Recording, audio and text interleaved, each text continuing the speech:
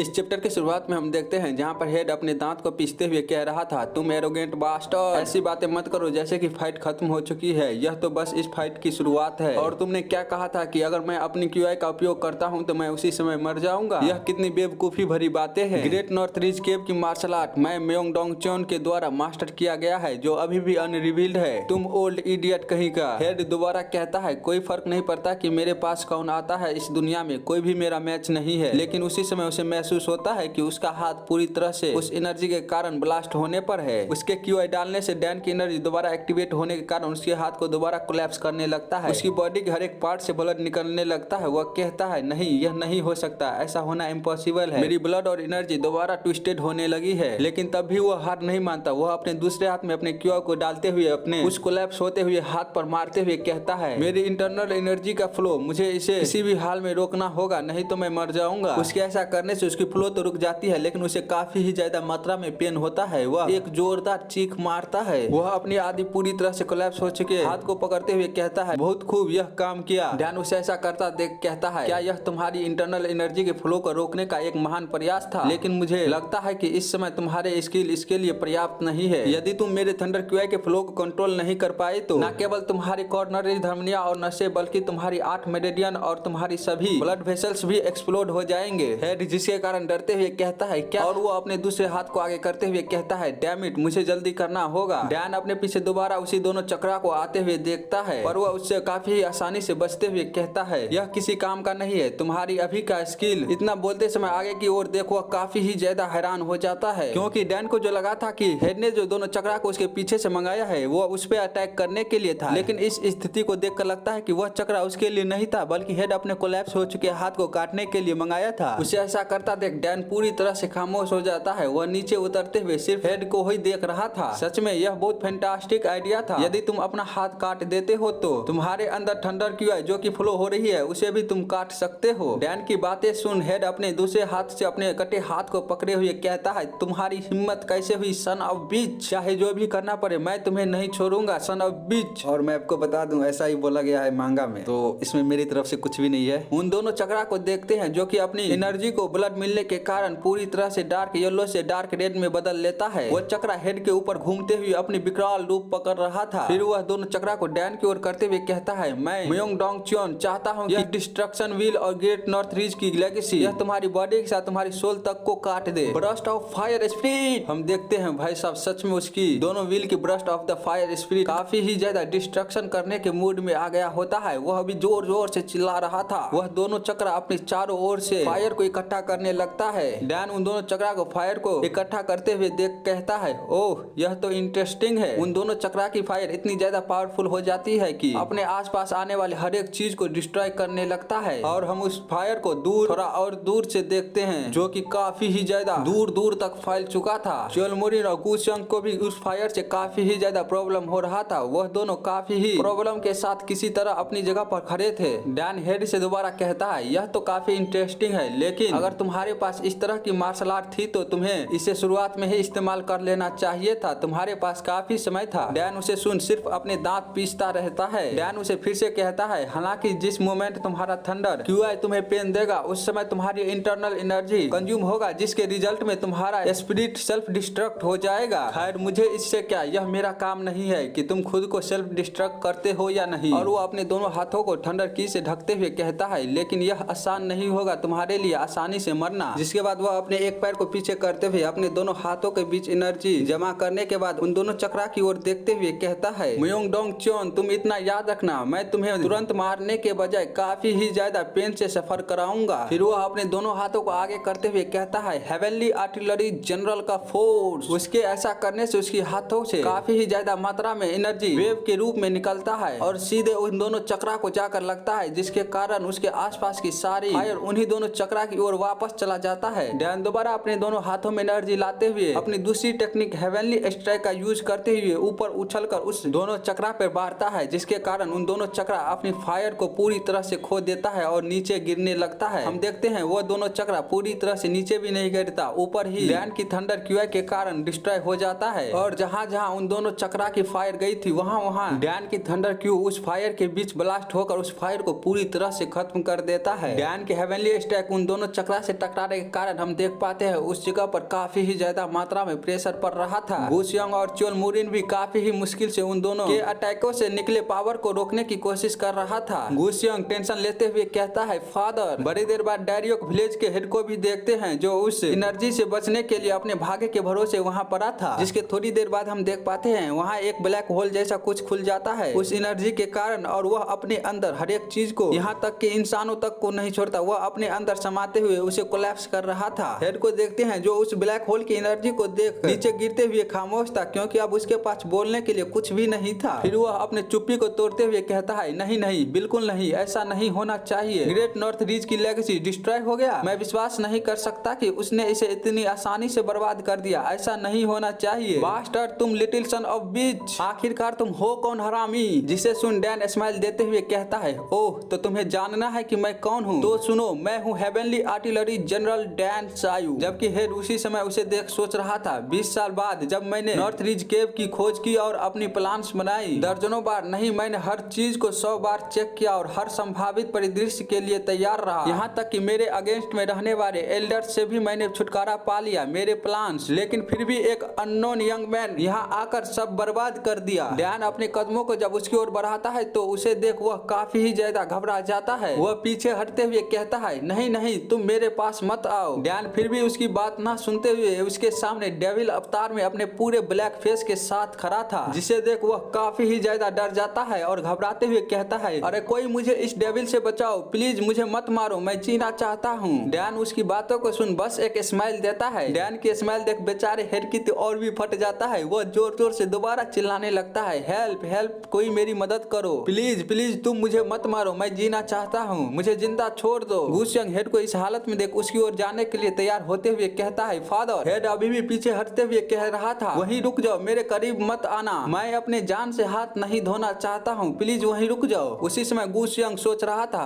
ओह नहीं, यह काफी ही डेंजर लग रहा है। फादर पिछले 2 दशकों में जो कुछ भी तैयार किया था सब कुछ अलग होने के कारण वही है, मेरा दिल इसे नहीं संभाल सकता। लेकिन उसी टाइम चोलमुरिन भी उसके पीछे आ जाता है, जिसे महसूस कर वह भी काफी घबरा जाता है। लेकिन तब तक देर हो चुका था। चोलमुरिन उसके ऊपर एक अटैक कर चुका था अपने स्वॉर्ड के साथ, जिसके कारण उसके फेस बीच से कटते हुए वह पीछे फेंक दिया जाता है। उसके फेस से काफी ही ज्यादा ब्लड नीचे गिरने लगता है। वह अपने फेस को पकड़ते हुए काफी ही दर्द में चिल्लाता है। और सॉरी भाई लोग, आज एक ही एपिसोड आएगा।